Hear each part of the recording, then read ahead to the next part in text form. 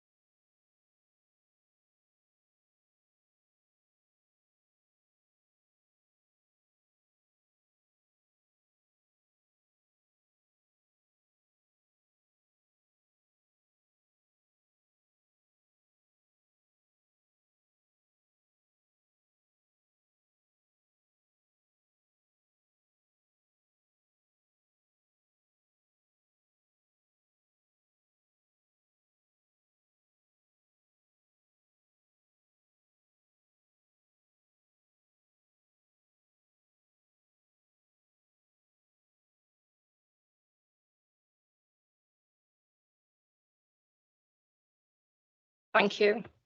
Moving on to agenda item 1. Apologies for absence, please.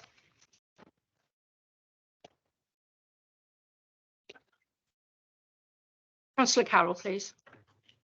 Councillors Vince Driscoll and Nick Wood. Thank you.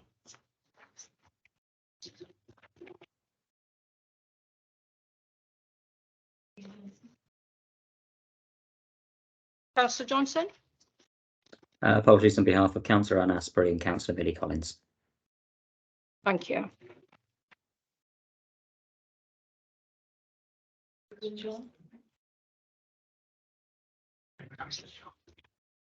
Councillor John, please. Councillor Sally Hanks. Thank you, Mayor. Thank you. And Councillor Lisbonette. If I could give apologies for Councillor Ruba Sivanyanam, and if it could be noted that if there are any questions, etc., to be given, answers to be given, I will take those. Thank you, Mayor. Thank you. Agenda item 2, we'll have the roll call and declarations of interest. Please, I'll ask the Chief Executive to take the roll call. Okay, good evening, members. And in advising, if you are present or if you have any interest, if you could also explain the nature of that interest when replying. So we'll start this evening with Councillor Julie Aviat.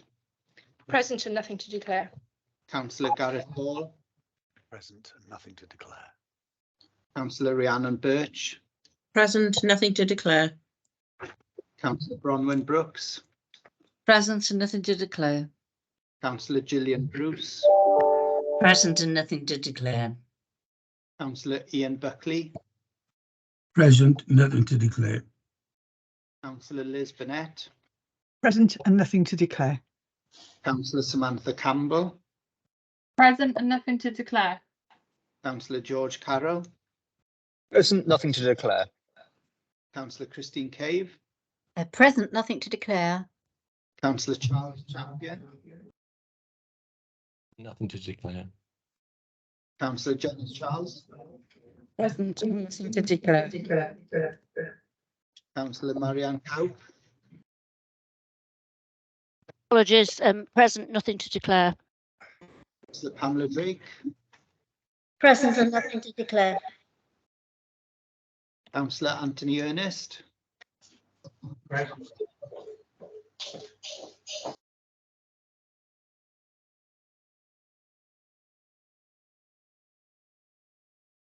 Councillor Ernest, yes. Yes, apologies. Present. Thank you. Councillor Robert Fisher. Present, nothing to declare. Councillor Chris Franks. Present, nothing to declare. Councillor Wendy Gilligan.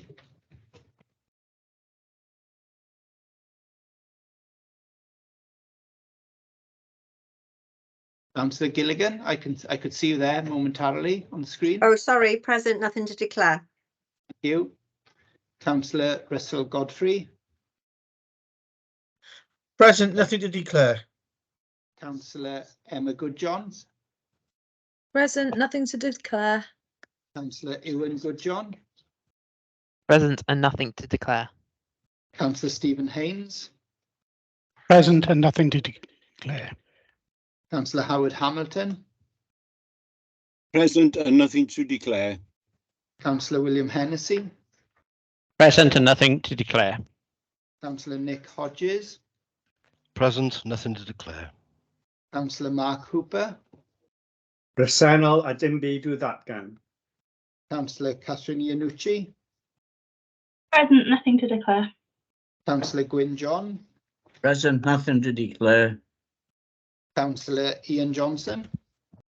Presennol a dim byd i'w ddatgan. Councillor Susan Lloyd Selby. Present and nothing to declare. Councillor Belinda Lovelock Edwards. Present and nothing to declare. Councillor Julie Lynch Wilson. Present and nothing to declare. Councillor Kevin Marnie.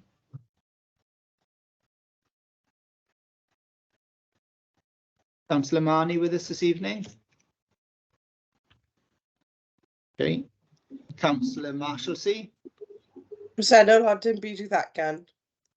Councillor Michael Morgan. Present and nothing to declare. Councillor Jane Norman. Present and nothing to declare. Councillor Helen Payne. Presennol, present and nothing to declare. Present, nothing to Present and nothing to declare. Councillor Ian Perry. Present, nothing to declare. Councillor Joanna Prothero. Present and nothing to declare. Councillor Carrie Stallard. Presennol a dim byd i'w ddatgan. Councillor Neil Thomas. Present, nothing to declare. Councillor Rhys Thomas. Present, nothing to declare. Councillor Steffan William. Presennol a dim byd i'w ddatgan. Councillor Margaret Wilkinson. Present and nothing to declare. Councillor Eddie Williams. Present and nothing to declare. Councillor Mark Wilson. Present and nothing to declare. I'll just go back just to check if Councillor Marnie's online now. Councillor Marnie? No? Okay, that concludes the roll call. Yeah. Thank you, Chief Executive. Before I move on to... Chief Executive, I can see Councillor Kevin Marnie has got his hand up. Okay, Councillor Marnie?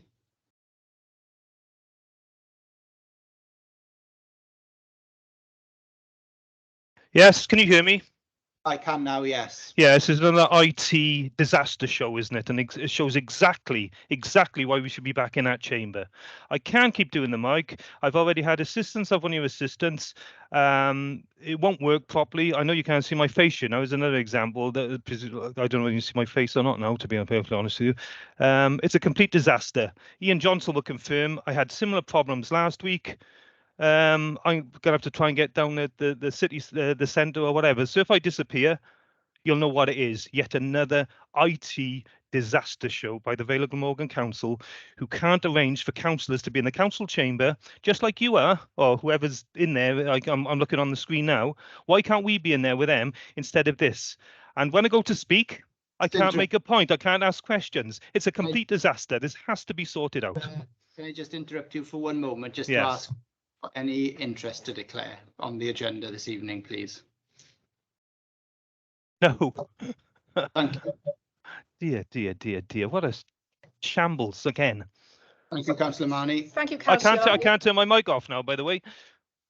So what you Can we mute him? Thank you, Councillor Manny, but you're quite welcome to attend as other members are attending tonight. You're quite welcome to attend next time. Thank you. And can I just remind members that they should be muted and their cameras are off unless they're a cabinet member or leader or speaking. Thank you. Moving on to agenda item 3. Could I please have approval of the minutes of the meeting held on the 24th of April 2023, please? Could I move the minutes for the 24th of April, Mayor? Do I have a seconder, please? And I'll second those, Mayor. Thank you. Thank you, Councillor Brooks. And the same for approval of the minutes of the annual meeting held on the 10th of May 2023. And could I move the minutes of the 10th of May, Mayor? And I'll second those as well, Mayor. Thank you. If I have no dissent, these are approved. Agenda item 4, to receive announcements. As Mayor, I have the following announcement.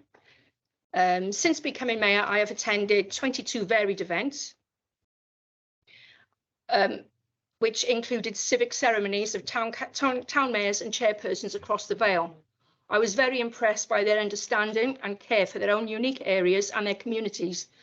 It is those kinds of connections and those conversations that will create a more cohesive Vale of Glamorgan. Thank you. I would now like to hand over to the leader, who I believe also has an announcement to make. Thank you, Mayor. Yes, I would like to take this opportunity to congratulate a number of Vale residents who were recognised in the King's Birthday Honours. Jane Hutt, MS, the Senedd member for the Vale of Glamorgan, Welsh Government Minister for Social Justice and Chief Whip, received a CBE in the honours. Vincent Bailey, member of this council from 2017 to 2022 and leader of the Conservative group from 2019 to 2021, received an OBE. Jonathan Cox, Deputy Director of Citizens UK, was also awarded an OBE. Sarah Sharp, lately a support staff member at the Senedd, but previously a member of this council for 8 years from 2004 to 2012, received an MBE. And Michael Wheeler, a dental hygienist and dental workforce lead tutor, was awarded a British Empire Medal. I'd be grateful if we could record our congratulations and our thanks for their public service. Thank you, Mayor. Thank you, Leader. There being no further announcements, I now move to agenda item 5. Sorry, Councillor Carroll. Thank you very much, Madam Mayor. May I associate myself and the Conservative group with the leader's best wishes, and you'll be pleased to know that there will be no supplementary to my question tabled on a later agenda item, as she has already answered it. Thank you. Thank you. Agenda item 5, Draft Standards Committee Annual Report, which I understand is being taken by Councillor Birch. Thank you, Madam Mayor. This is a reference from the Standards Committee from the 8th of June. Draft Standards Committee Annual Report, together with feedback from political group leaders on compliance with Section 62 of the Local Government and Elections Wales Act 2021. As you will appreciate, this is a comprehensive annual report, providing an overview of the terms of reference for the committee, its structure and membership, the number of occasions the Standards Committee has met during 22-23, the nature of the work undertaken by the committee, including details of the monitoring officers' meetings with clerks of town and community councils. The annual report highlights the establishment of the All Wales Standards Committee Forum, referring to the inaugural meeting of January this year. Of particular note, the annual report refers to the statutory duty introduced in May 22 in respect of the political group leaders' duty and their interface with the Standards Committee, together with the work undertaken by the Standards Committee and political group leaders in adhering to this statutory duty. In other words, that group leaders are expected to keep their members in line and according to the rules and regulations.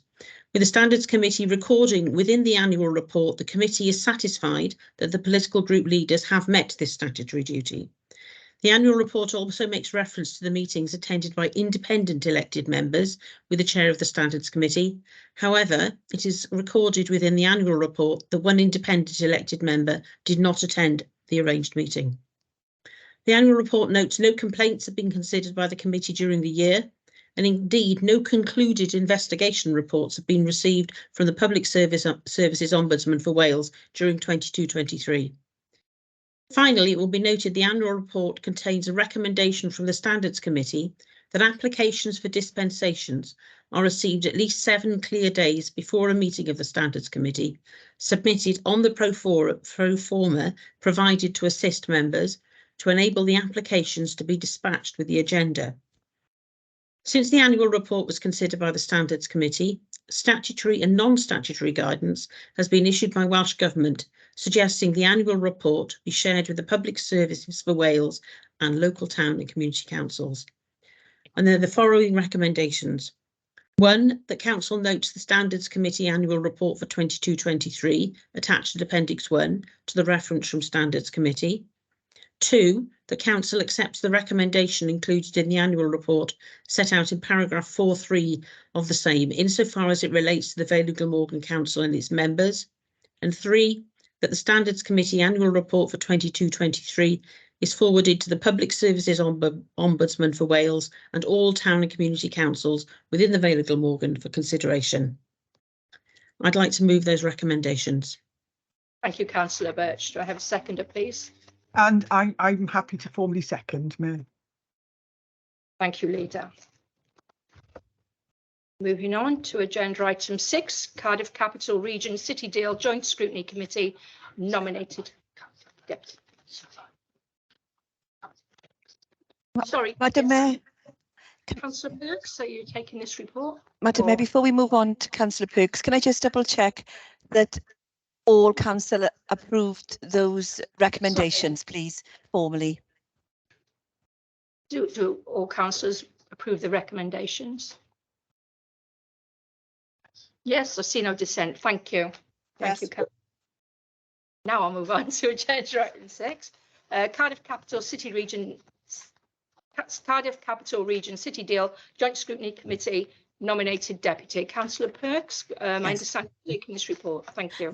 Yes, I'd like to move that Councillor Ian Perry be ratified as the nominated deputy from E&R Scrutiny for Cardiff Capital Region City Deal and Joint Scrutiny Committee. Thank you, Councillor Perks. And I'll formally second, Mayor. Thank you, Leader. Any dissent over this nomination? No, I see no. That recommendation is approved. Agenda item 7, amendments to the Council's Constitution. I will hand this over to the Leader who's taken this report. Councillor Lisbonette, Leader, please. Yeah. Thank you, Mayor. This report proposes changes to the council's constitution, as we quite often do in full council meetings. Firstly, the cabinet is authorised to determine when a panel performance assessment occurs. That's paragraphs 2.2 and 2.3. The local choice functions specified in paragraphs 2.5 and 2.6 of the report are identified as council functions. A paragraph is added to the contract procedure rules to mirror a paragraph in the Council's Procurement Code of Practice, recently agreed, to add clarity, and that's in paragraph 2.7. And the Council's Members' Code of Conduct refers to the threshold for registration of gifts and hospitality, as recently agreed by Corporate Performance and Resources Scrutiny Committee and Cabinet, and that's covered under paragraph 2.9. So I'd like to move the recommendation as set out in the report as follows: that the Council approves the proposed amendment / additions to the Council's Constitution as set out in paragraphs 2.2, 2.5, 2.6, 2.7 and 2.9 of this report, and the Council's Constitution be amended accordingly. Thank you, Mayor. And, thank you. And I'll second those recommendations, Mayor. Thank you, Councillor Brooks.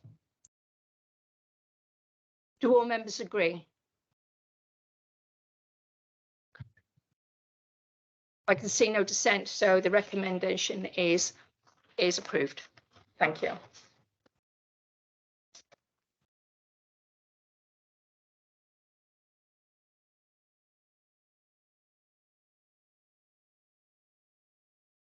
Agenda item 8, but I am going to move agenda item 9 forward, which is questions from the members of the public. We have 7. If that's agreed with members, can I ask for your approval? No dissent, thank you.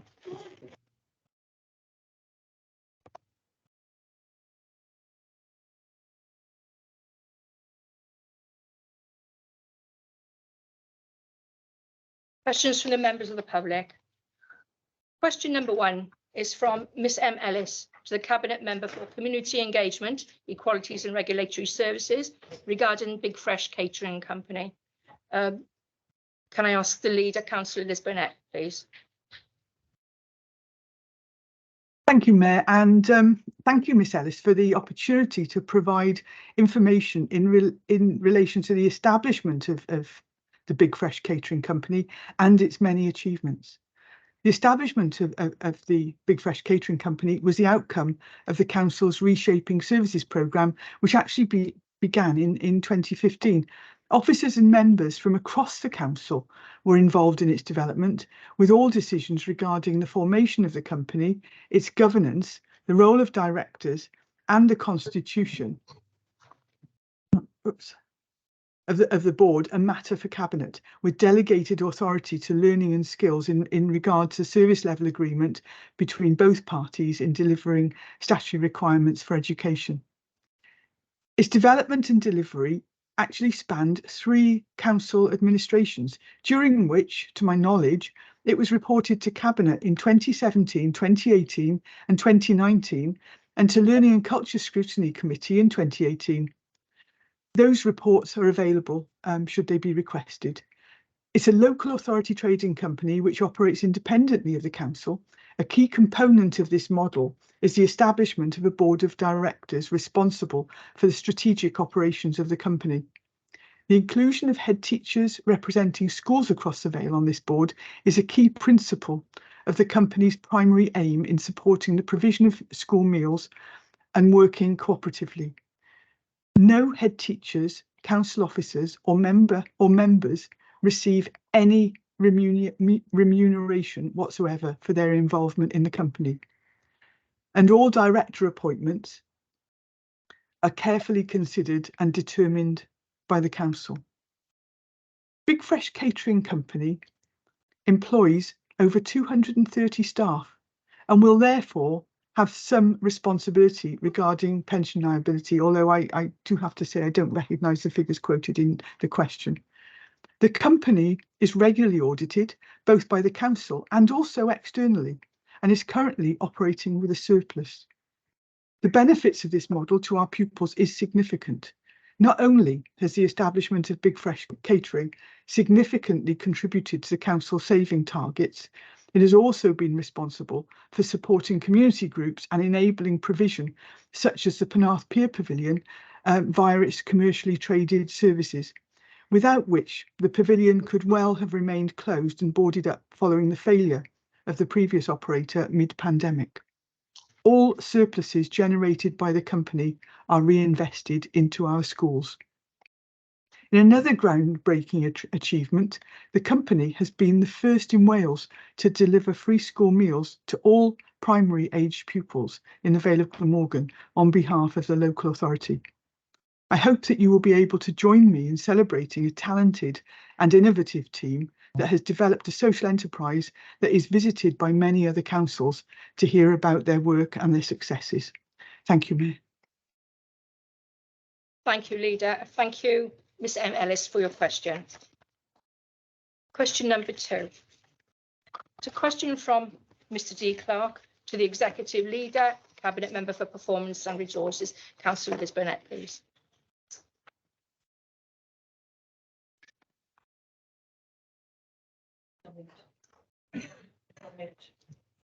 Councillor, I think you're on mute. and I was speaking so eloquently. Thank you. I'll start again. So thank you, Mr. Clark, and thank you, Mayor. PEDU have advised that the inquiry had to be postponed in order for full consideration to be given to the proposed changes to the notice that were considered by the Council's Planning Committee in April this year. While it's important that clarity is given as soon as possible by PEDU in relation to rescheduling the inquiry, it's also important that any procedural matters are resolved to ensure efficient running of the inquiry. Thank you, Mayor. Thank you, Councillor Burnett, and thank you, Mr. Clark, for your question. Question number 3, question from Mr. Clark, Mr. D. Clark, to the leader, please. It's regarding planning application 2015. No, 31 OUT. Thank you, Mayor, and thank you, Mr. Clark. There is a complex history to screening directions associated with previous planning applications, at which time Welsh Government screened the proposals as not being EIA development. Whether the previous proposals were EIA development is not fundamental to the merits of the current development or the ongoing appeal. Determining whether the 2015 application was Schedule 1 development would be irrelevant and serve no purpose given the ongoing appeal process. Thank you, Mayor. Thank you, Leader. Thank you, Mr. Clark, for your question. Question number 4. Question from Mr. M. Wallace to the Deputy Leader and Cabinet Member for Sustainable Places, Councillor Bronwyn Brooks, please. Oh, sorry, it's regarding new flood map for Wales. Thank you, Councillor. Okay, thank you, Mayor, and thank you, Mr. Wallace, for your question. If our officers note any possible deficiencies in the flood risk plans for any area, they will, of course, raise these with NRW, who are the responsible body for the flood maps which form part of the proposed new TAN 15. Thank you. Thank you, Councillor Brooks, and thank you, Mr. Wallace, for your question. Question number 5. It's a question from Mrs. C. Ockerby to the Cabinet Member for Neighbourhood and Building Services regarding Green Waste Collection Service. Councillor Mark Wilson, please. Thank you, Mayor. This is for my reply. The cost of the standard green waste subscription service intend to capture those properties that only produce small amounts of green waste, which reflects in the subscription price. The capacity of up to 8 bags as part of the standard subscription service is to give consideration to certain times of the year where additional green waste is produced for seasonal activities such as a hedge or tree pruning. I am not sure if you have considered how much a resident could have to pay if they are sought to use a land licensed waste company to collect their green waste from the curbside, but I suggest that the annual cost of £20 collection of 1 bag per fortnight during July and November and access to when you request curbside collection therefore represents excellent value for money by comparison. Thank you, Councillor Wilson, and thank you, Mrs. C. Ockerby. And I forgot to mention that that question was on behalf of Beautiful Barry. Another question on behalf of Beautiful Barry from Mrs. C. Ockerby to the Cabinet Member for Neighbourhood and Building Services, Councillor Mark Wilson. Sorry, it's regarding fly tipping. Councillor Mark Wilson, please. Thank you, Mayor. This is my reply. This area of High Street in Barry is inspected and the cleansing standards monitored 3 times per week, and our officers will continue to do so until the impact of 3 weekly collections is determined. Additionally, the Council's environmental enforcement officers will be supporting the service through this transition period, and they will be available to promptly respond to any fly tipping incidents as required. Thank you, Councillor Wilson, and thank you, Mrs. Ockerby, for your question. Question number 7. It's a question from Mr. Elmack to the Leader regarding enforcement appeal. Statements of common ground. Councillor Liz Burnett, please. Thank you, Mayor, and thank you, Mr. Mack. The statement of common ground with the SOCG refers to the principle of a wood-fired renewable energy plant and does not discuss whether the development as constructed or previous specific proposals were EIA development. An energy development may, depending on the very specific nature of it, the size of input per day, for example, not be EIA development. Consequently, the SOCG does not infer any particular conclusions about whether the previous application should have been accompanied by EIAs, and any agreement about the broad principle of an industrial development of this kind in an industrial location is not considered to be dependent on whether EIA is or was required. The content of the SOCG does not prejudice the council's position in respect of the development that is being built or prejudge whether the environmental impacts are acceptable. Thank you, Mayor. Thank you, Leader, and thank you, Mr. Mack, for your question. Going back to agenda item number 8. Questions from councillors, beginning with Councillor Ewan Goodjohn to the Leader, please. It's regarding housing retrofit. Councillor Liz Bennett, please. Thank you, Mayor, and thank you, Councillor Goodjohn. As indicated in the HRA business plan, which was agreed by Council on the 6th of March this year, with original targets being set to reduce the carbon footprint by 80% by 2030, this has now been revised to a target of EPC A by 2030 for all social homes. The Council's housing asset team is ambitious and working towards the achievement of Welsh Government's proposed new Welsh Housing Quality Standard, the WHQS 23. Currently, this draft standard seeks to achieve net zero for all council homes by 2033. However, the new standard hasn't been officially launched yet in the light of the current economic crisis, supply chain availability and high demand in the retrofit sector. Thank you. Thank you, Leader. Question number 2 from Councillor Ewan Goodjohn to the Leader regarding council tax reform. Councillor Bennett, please. Yes, so just juggling my screen. Thank you, Mayor. Thank you, Mayor, and thank you, Councillor Goodjohn. Welsh Government started a 2-stage consultation on council tax reforms, a fairer tax, last August. The first stage of the consultation explored a range of issues around property re-evaluation, banding, discounts and exemptions, and the council tax reduction scheme in principle. The council responded to the consultation and reported this through Cabinet on the 3rd of November and also contributed to the debate through Welsh Government hearings. Welsh Government is continuing to analyse the responses in what is likely to be a fairly lengthy process. The stage 2 more detailed consultation with specific proposals is expected to be launched this autumn, at which point the council will be able to undertake detailed analysis of the impact on the Vale of Glamorgan's finances and its residents. Thank you, Mayor. Thank you, Leader. Question number 3 from Councillor R.E. Godfrey to the Cabinet Member for Neighbourhood and Building Services. Councillor Mark Wilson, please. Oh, it's regarding road signs. I keep forgetting. Thank you very much. Thank you much, Mayor, and thank you, Councillor Godfrey, for your question.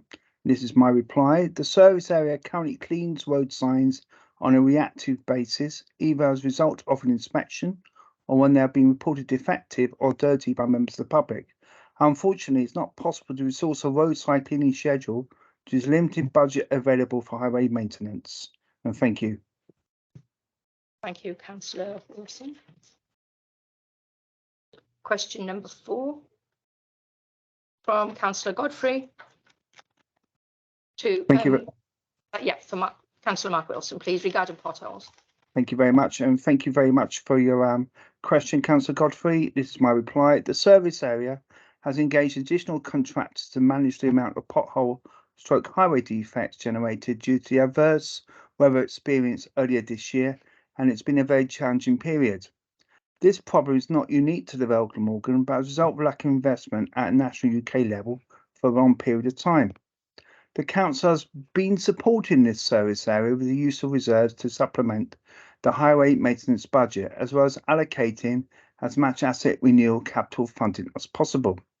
Bearing in mind our many other capital funding demands, you'll probably have noted our update to the council's 3-year servicing plan, which I reported to the cabinet last Thursday. The use of reserves to the level of the costs of resurfacing required year on year will not be appropriate or sustainable. Like many other councils in Wales, we need the support of our national government to help fund the ongoing work required. Our officers are currently in the process of updating the asset management data for our highway condition, and when completed, we intend to approach Welsh Government to seek a year-on-year contribution to the scheduled maintenance programme for the authority's highways. So thank you.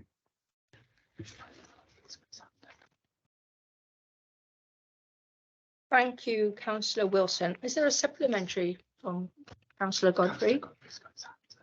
Yes, there is. To my the first one with regards to road signs, and that is I take on board Councillor Wilson's point about being reactive.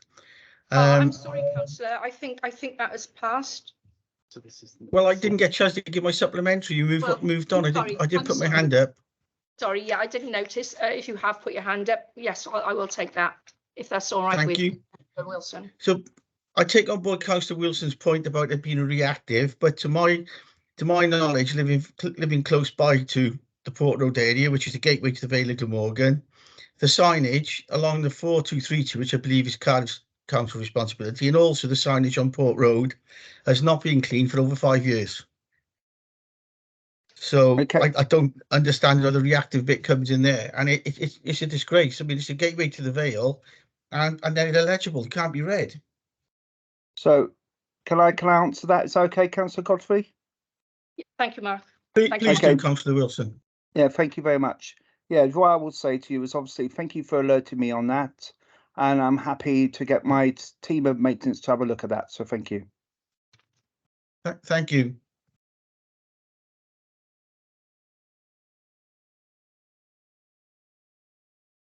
Councillor Godfrey, can I just ask you for a supplementary to question 4, please, regarding the potholes? Yeah.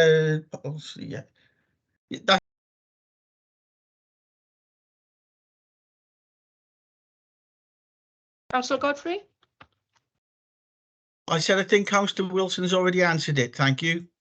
Thank you. Thank you. Moving on to question number 5. Councillor Godfrey. To the leader, please. It's regarding Vale of Glamorgan Council buildings. Thank you. Thank you, leader. Thank you, Mayor, and thank you, Councillor Godfrey. We've been reviewing our requirements for office accommodation generally following the pandemic and the change to working practices for our office-based staff. This review has been undertaken in consultation with service areas in respect of service-specific requirements for their staff to understand the amount and type of accommodation required to support colleagues to work effectively from home and in office-based settings.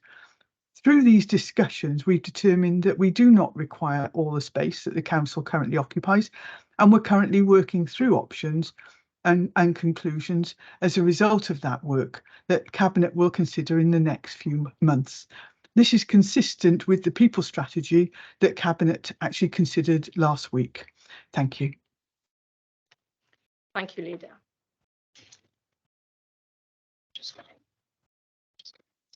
Can I just ask members if they do have supplementary questions for the avoidance of doubt in anybody's minds? If you indicate it using the hands up function, then the mayor will know to stop and ask that supplementary question be raised. Otherwise, it'll just be assumed that there will be no supplementary questions, if that's acceptable. Thank you. Thank you, Chief Executive. Question number 6. From Councillor Charles to Cabinet Member for Neighbourhood and Building Services, Councillor Mark Wilson, please. It's regarding cost of new waste collection vehicles. Thank you. Yeah, thank you very much, Mayor, and thank you very much for your question, Councillor Charles. And this is my reply. 24 Rome-equipped resource recovery vehicles have been purchased to support the waste management business plan and strategy agreed by elected members in 2022 at a cost of £3,386,752.65. These have been acquired utilising a Welsh Government grant of £1,983,419 and the Council's own vehicle replacement budget of £1,393,337.65. Thank you. Thank you, Councillor Wilson. No supplementary. Thank you, Councillor Charles. Thank you, Councillor Wilson. Question number 7 from Councillor Charles to Cabinet Member for Neighbourhood and Building Services, Councillor Mark Wilson, regarding plans for old waste collection vehicles. Thank you very much, Mayor, and thank you very much, Councillor Charles, for your question. This is my response. The fleet management team has already started to decommission the old refuse, now redundant as a result of the recent service changes, and these will be sold through Merthyr Motor Auctions. Merthyr Motor Auctions was appointed following an open tender process. Based on the tender analysis, Merthyr Motor Auctions provides us with the best value as they retain the highest sales values when selling specialist vehicle or plant on our behalf. All income received from the sale of fleet or plant is put back into the vehicle replacement programme to support future vehicle and plant purchases. And thank you. Thank you, Councillor Wilson. No supplementary. Thank you, Councillor Wilson, and thank you, Councillor Charles. Question number 9 from Councillor 8. I'm on 8. Oh, Right. Sorry, my mistake. Question number 8 from Councillor Charles to Cabinet Member for Neighbourhood and Building Services, Councillor Mark Wilson, and is regarding potential impacts on fly tipping. Thank you, Councillor Wilson. Thank you very much, Mayor, and thank you very much, Councillor Charles, for your question. And this is my response. The service area already monitors fly tipping incidents and considers any trends or areas where this occurs. Should the incidents appear to be linked to recent changes in black bag or green waste collections, then it will deploy its recycling officers and or the council enforcement officers to educate, investigate and enforce as necessary. That's my response. Thank you, Councillor Charles. Do you have a supplementary? Yes, I do. Thank you, Mayor. Thank you, Councillor Wilson. Can you tell me how many people have been prosecuted for fly tipping in the last year? Thank you very much, Councillor Charles. I will get back with a written response when I know that. Thank you. Thank you, Councillor Wilson. Thank you both. Question number 9 from Councillor W.A. Hennessy to the Cabinet Member for Neighbourhood and Building Services regarding new garden waste charges. Councillor Wilson, please. And thank you very much for your question, Councillor Hennessy. This is my response.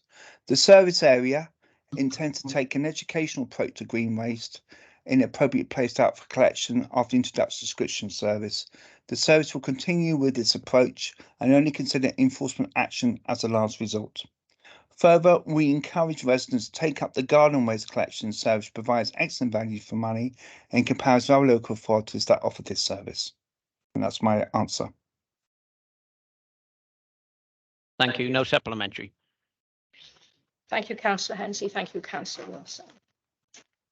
Question number 10 to the Cabinet Member for, from Councillor Carroll to the Cabinet Member for Neighbourhood and Building Services. Very busy tonight. Regarding road safety at the junction A4055 and B4267. Councillor Wilson, please. All right, thank you very much, Mayor, and thank you very much, Councillor Carroll, for your question. And this is my response. We are aware of your recent concern over highway safety at this junction following a road traffic collision which occurred at the junction on 22nd of June 2023 and involved a vehicle turning right in front of an overcoming vehicle, resulting in minor injuries to the occupants. Thankfully, neither occupant required hospital treatment. I am advised that a comprehensive response was suddenly provided to you by officers regarding this incident and the management of safety at this junction, and I have nothing further to add. Councillor Carroll, supplementary, please. Yes, I thank the Cabinet Member for his answer, and I welcome the fact that a telematics assessment is being carried out at the junction. But on top of that, there is a right turn filter arrow installed at the junction for traffic travelling from Vale Road onto Penland Road, but regrettably that hasn't been installed. Will the Cabinet member explore turning on this filter arrow to make it safe at the junctions? Because many residents do fear that the authority is waiting for a fatality to occur before taking the necessary action. Thank you very much, Councillor Carroll, for your response. I will no doubt discuss that with my officers and get back to you. So thank you. Thank you, Councillor Carroll. Thank you, Councillor Wilson. Question number 11 from Councillor Carroll to the Cabinet Member for Neighbourhood and Building Services regarding environmental health assessment. Councillor Mark Wilson, please. Thank you very much, Mayor, and thank you very much, Councillor Carroll, for your question. This is my response. The survey area considered the impact of 3 weekly black bag collections as part of the Equality Impact Assessment. The actions identified as part of this work are to relax the types of containers accepted at the curbside, allowing residents to use lockable hygiene boxes, dustbins and wheel bins as a way of securing this type of waste and mitigating offensive smells and odours.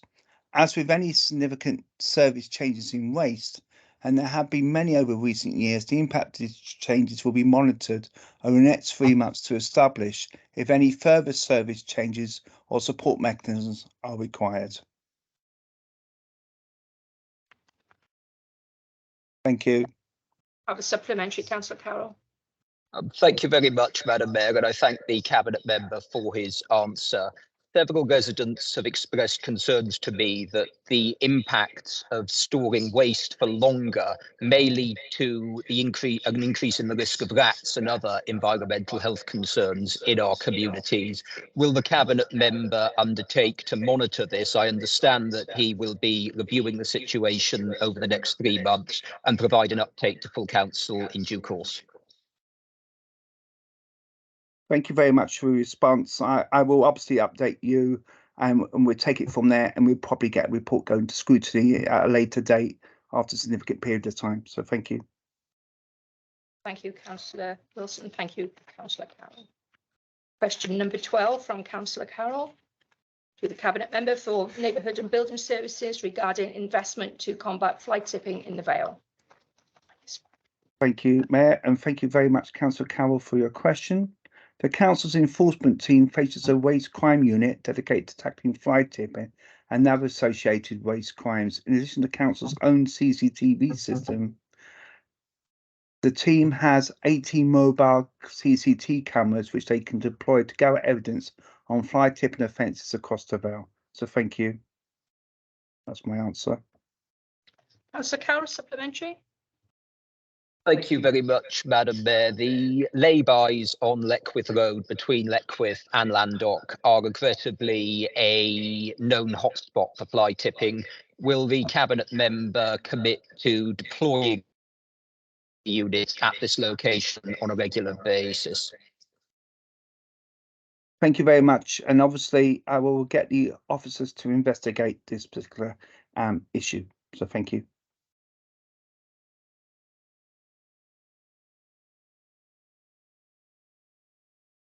That's my answer. Thank you, Councillor Wilson. Thank you, Councillor Carroll. Question number 13 from Councillor Carroll to the Cabinet Member for Neighbourhood and Building Services regarding the black bag waste collected in the Eastern Vale. Councillor Wilson, please. Thank you much, Mayor, and thank you, Councillor Carroll, for your question.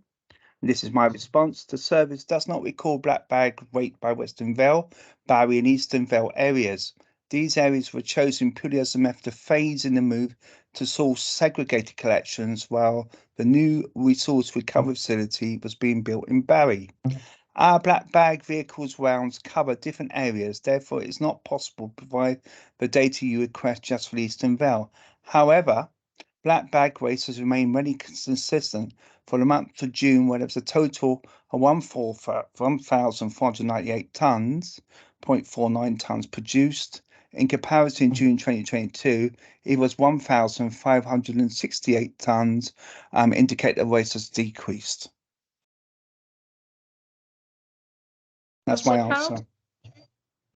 Thank you very much, Madam Mayor, and I thank the Cabinet member for his answer. I'm pleased to hear that figures have remained relatively static, given that many residents have anecdotally reported that they've placed more waste in their black bags since the new system came into force. A lot of this, I think, has been down to the rather officious approach that the council have taken in rejecting recycled waste under the new system. Would the Cabinet member consider on reflection whether a more collaborative approach with residents would have been more appropriate to get people on board rather than taking a very instructive approach? Okay, thank you, Councillor Carroll, for your question. I disagree with what you're saying, actually.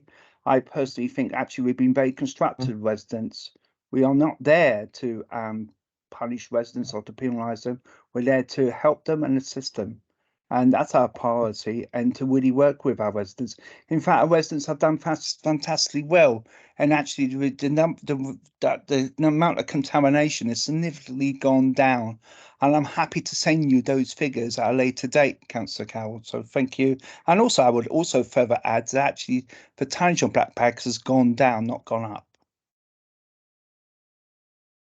Thank you. That's my response. Thank you, Councillor Wilson. Thank you, Councillor Carroll. Question number 14. Councillor Carroll, thank you for congratulating Vince Bailey and Sarah Shah and Jane Hatt. So we'll skip that now. Thank you. Question number 15 from Councillor Bruce to the Cabinet Member for Neighbourhood and Building Services regarding cost of potential fly tipping. Councillor Mark Wilson, please. Thank you very much, Madam Mayor, and thank you very much, Councillor Bruce, for your question. This is my response. I would firstly state that I do not agree with your comments regarding fly tipping currently or in the future. It is recognised that initially there will be a need for waste education programmes, additional advice on the council's website, and through social media and potentially enforcement action for the recent changes, but this is not anticipated to outweigh the substantial savings the recent service changes will generate.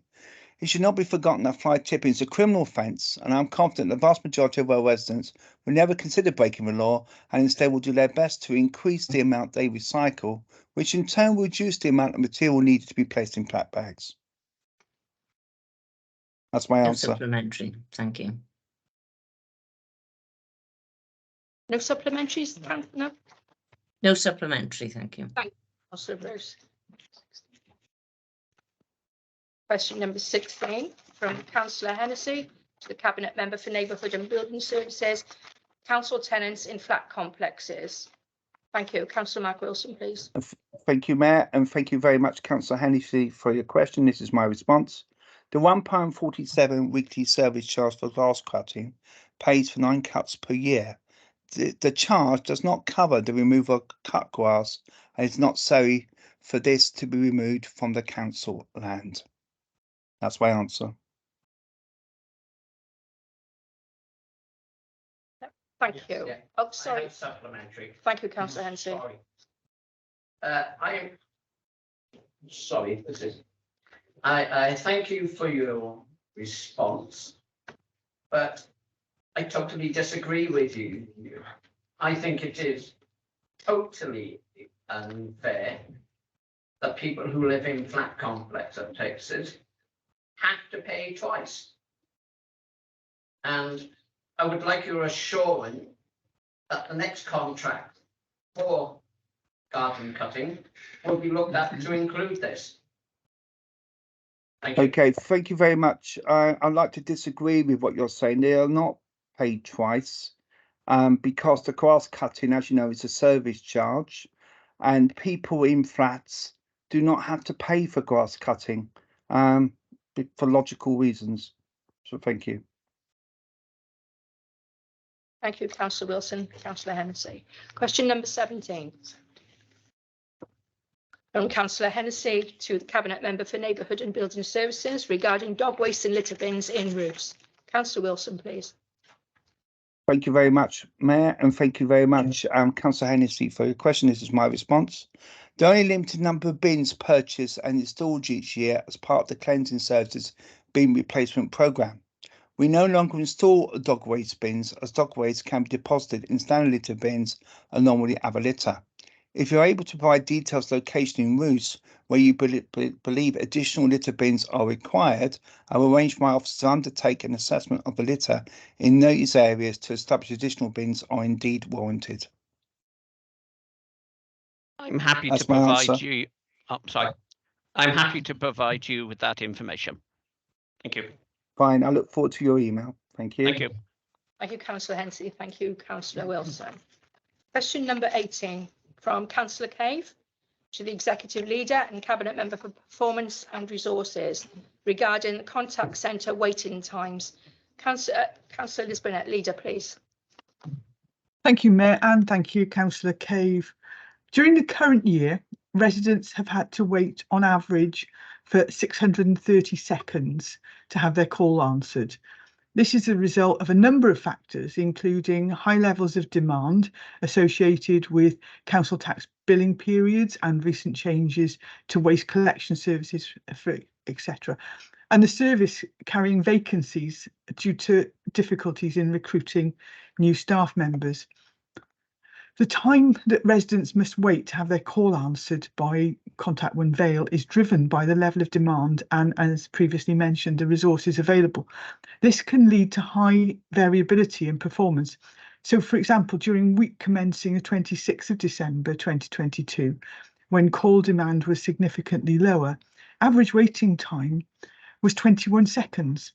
But in comparison, during week commencing 19th of June 2023, when call demand escalated sharply and resources within Contact One Vale were low, waiting times rose to 1,076 seconds. The contact centre uses workforce optimisation software to forecast demand and match available resources against peaks and troughs to maximise performance. However, when demand increases due to unforeseeable issues caused by weather or issues within other services, wait times can rise sharply. Where increased demand is predictable, the Contact One Vale team have taken measures to mitigate these. For example, almost 80% of those who have recently subscribed to the new garden waste service have done so online, reducing the number of calls to Contact One Vale.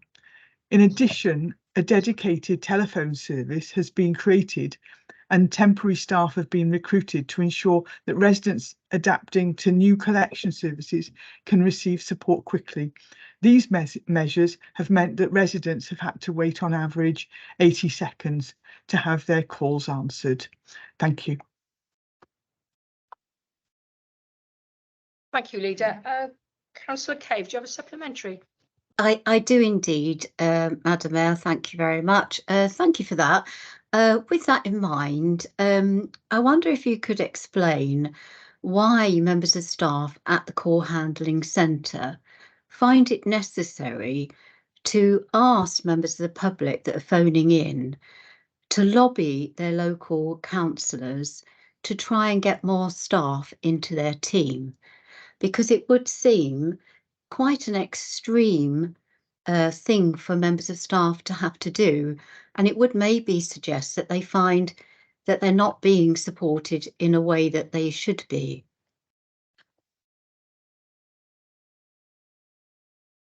Thank you, Councillor Cave. And if you had received such anecdotal evidence, I would have hoped you would have reported that through to the service team.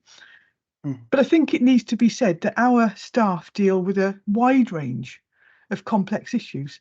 And when I spent a few hours with the team recently, they dealt with topics as varied as business support availability, booking a wedding, changing the name on an allotment, as well as the things that you might expect a contact centre to deal with. In addition, we have highly skilled staff who deal with health and social care calls and who look for additional opportunities to provide links to wellbeing support for callers who may be vulnerable. Or there's our telecare services where calls could be serious or even a life and death situation. I would advise members not to take things at face value. and make themselves aware of the full range of support available through Contact One Vale, and perhaps contact the managers and book themselves in for a visit themselves. And then you'll actually be able to talk to staff in person. It's not a comment I've heard, and there are plans in place as well to further support Contact One Vale. Thank you. Thank you. Thank you, Councillor. Moving on to question number 19 from Councillor Cave to the Cabinet Member for the Neighbourhood and Building Services relocation of the recycling centre in the Western Vale. Councillor Mark Wilson, please. Thank you, Mayor, and thank you, Councillor Kay, for your question. This is my response. After a number of years searching for an alternative site, there remains only one viable option, which is land located next to the Place for Home site, Landau. The service area is aware of the restrictions with the access road, and this has been assessed by a highway construction team, in addition to undertaking other due diligence on the site. On completion, the results and recommendations were presented to members for consideration, and that is my answer. Any supplementaries? Yes, I do have a supplementary. Thank you, Chair. Yes, you suggest it's a viable option, but I would certainly take issue with that. And I would suggest that the majority of the recycling that comes in from the Western Vale comes in from two major towns, i.e. Cowbridge and Lantwit Major. And I would suggest that surely it would be more appropriate to have an adequate site that can be accessed by these two major towns through A roads and not through little rural back lanes that are impassable for two cars. So I don't believe that it's an adequate site, and I would call on the council to look again and make further inquiries to be able to put a site in place similar to that you have in Barry. Okay, this is my response. Thank you very much, Councillor Cave. I know that the officers have been working very hard to look at different parts of the Western Vale for different locations, but if you could provide me with any evidence or any information that would help and assist with this, I'd be grateful. I do understand that somebody No, has... you're not. Oh. Councillor, you've had your supplementary. Thank you. Thank you both. Question number 20 from Councillor Cave to the Executive Leader, and it's regarding approval of council minutes. Councillor Lisbonette, please, Leader. Thank you, Mayor, and thank you, Councillor Cave. As Councillor Cave would be aware, any member of the relevant committee can raise a matter of accuracy of the minutes at a meeting, and following the committee's approval of any proposed amendment for accuracy purposes, the minutes of the previous meeting are then recorded as approved, subject to any relevant amendment. Thank you. Councillor Cave, do you have a supplementary? No, it's a legacy. Yes, I do, Chair. Sorry, I didn't want to jump in there, Chair. Yes, I think one of the dilemmas that we have is that some meetings, this meeting, for example, we were asked to agree minutes which were over 3 months old. And certainly at the Community Liaison Committee, we have to do a similar thing there. As a committee, we're being asked to judge really old minutes. Lots of things can happen in 3 months, can't they? Especially if you're sitting on lots of committees and you're dealing with lots of different matters. So what I'd like to ask the council is, would it be possible for them to design a process with a much quicker turnaround of minutes, and that these minutes are shared maybe in a draft format much earlier on, maybe 7 to 10 working days after the minutes have actually, the meeting has taken place and the minutes have been drawn up, because minutes are drawn up really quickly, really swiftly on the back of a meeting. So I'm suggesting we don't actually have to wait 3 months for minutes to be cleared by a committee, that we could share them very quickly with all the members on that committee to see if there are any inaccuracies at that stage, and this would actually give us a much better way of being sure that our minutes were accurate, because bringing them back 3 months later and then most of the committee just nodding them through is not really a sufficient way forward for us. Thank you, Councillor.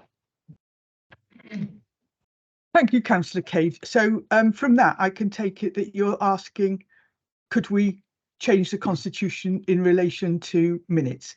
I think I got that from the full text.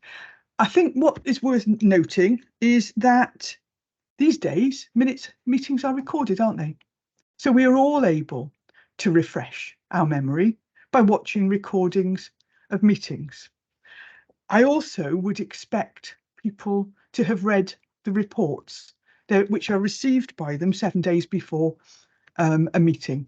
And if they are not fully content that those minutes are a true reflection of the meeting, then they are able to go back and watch the recording, as I have done on frequent occasions. So I think I would say that, and I don't think on this occasion I would be minded to review the Constitution for something that's worked very, very well for many years. Thank you. Thank you. Thank you, Councillor. Can I just remind members that supplementaries should just be a short, sweet question, please? Thank you. Question number 21 from Councillor Thomas to the Cabinet Member for Education, Arts and the Welsh Language regarding Stanwell School finances. Councillor Rhiannon Birch, please. Thank you, Madam Mayor, and thank you for the question. The responsibility for the finances of the school on a day-to-day basis is with the head teacher and the school governing body. As a foundation school, the governing body is also the employer, unlike the remainder of the maintained schools in the Vale of Glamorgan, where the council is the employer. The council does have oversight of the finances of the school, but the relationship is less direct than with the maintained sector, whereby Stanwell has not previously bought into local authority finance, HR and payroll services, and there has been less access to school level data. As a result of recent developments, the school is now engaged with the Learning and Skills Directorate Financial Support Service Level Agreement and with the Council for Payroll Services. Nevertheless, the Council does have oversight through budget setting, with the Council being responsible for approval of the annual budget submitted by the school, and the authority also being in receipt of monitoring returns during the course of the year. The school is also accessible to the local authority for internal audit, which was the case recently when the school was heading into deficit and facing cash flow challenges. There has been a rolling programme of school reviews in the Council's annual audit plan, albeit the schools have historically been seen as a relatively low risk, and it is a case that for some councils in Wales there is no such programme. Councillor Thomas, supplementary. Thank you to the Cabinet Member for that. Now, the Vale's Fair Funding Scheme for Schools outlines that all projects must have a nominated, suitably qualified project manager approved by the Council, and a range of other oversight mechanisms, like, quote, the school must maintain liaison with the Council throughout the lifeline of a proposed project. Now, given this, how were Stanwell finances allowed to spiral out of control? For example, with the cost for the building of the Wellbeing Centre rising by over more than £250,000. I think you will know we were informed of this at a committee meeting, that in fact they were not adhering to the normal procedures undertaken regarding contracts. Any more details than that, I'll be happy to offer you a written answer. Thank you, Councillor Birch. Thank you, Councillor Thomas. Question number 22 from Councillor Thomas to Cabinet Member for Education, Arts and the Welsh Language regarding advocacy of Welsh Government's funding formula for schools. Councillor Rhiannon Birch, please. Thank you, Madam Mayor. Thank you for the question. A detailed report outlining the financial challenges facing the school sector in the Vale was presented to Learning and Culture Scrutiny Committee on the 15th of June of this year at the request of the Chair of the Scrutiny Committee. The Vale of Glamorgan schools have been challenged on two fronts, with the Vale of Glamorgan's need not being fairly reflected in the funding formula underlying the Council's grant settlement, and also the level of resources available to Welsh Government to allocate to local authorities in 23-24. On the first matter, the formula does not appear to fairly reflect need, and the Council has and will continue to lobby for a better settlement. On the second, the UK Government had made more resources available in the October 22 budget, which flowed through to Wales by way of the Barnet consequentials. Welsh Government more than passported this through to Welsh local authorities, and similarly, we ourselves added to this in our budget setting. However, in the face of significant inflationary pressures, it has been necessary to place an efficiency target on schools, and this has meant formulating balanced, sustainable budgets is proving very challenging for some of our schools. Councillor Thomas, supplementary.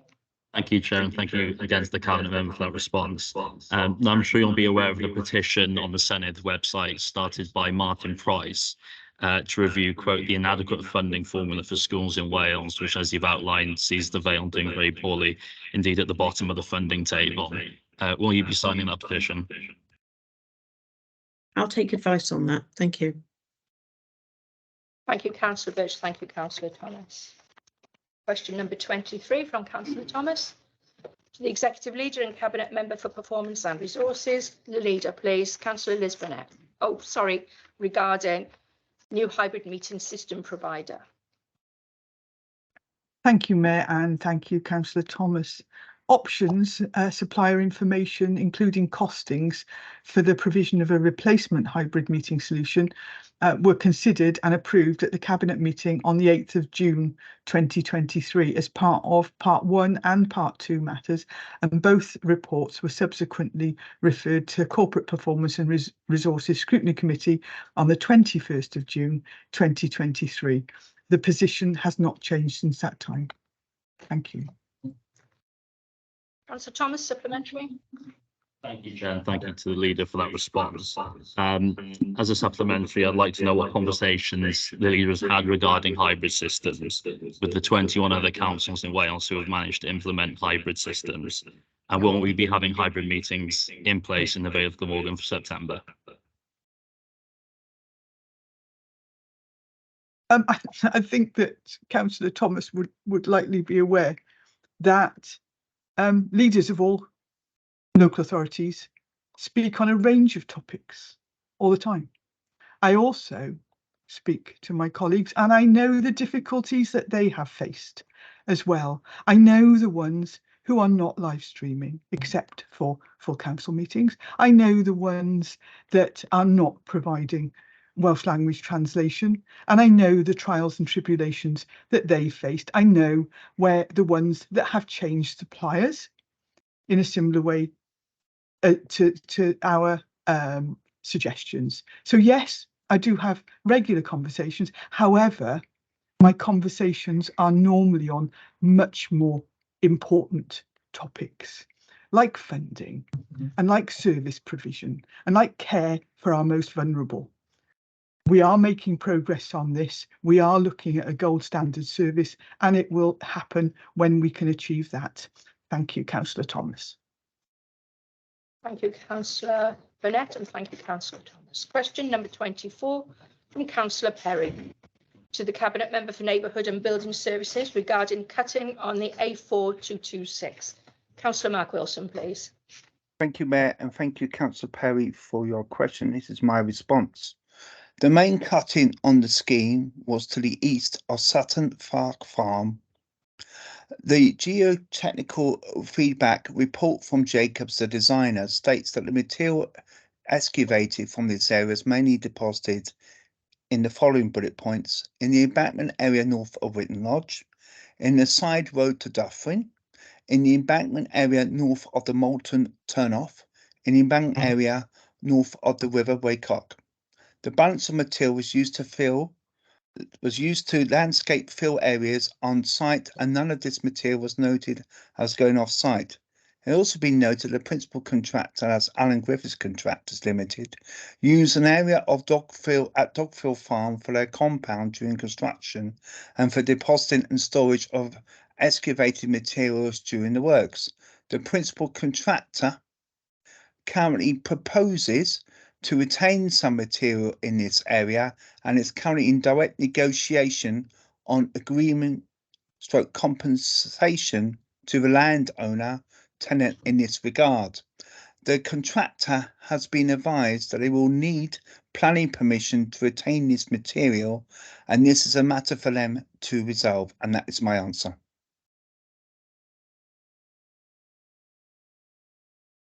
Councillor Perry, supplementary.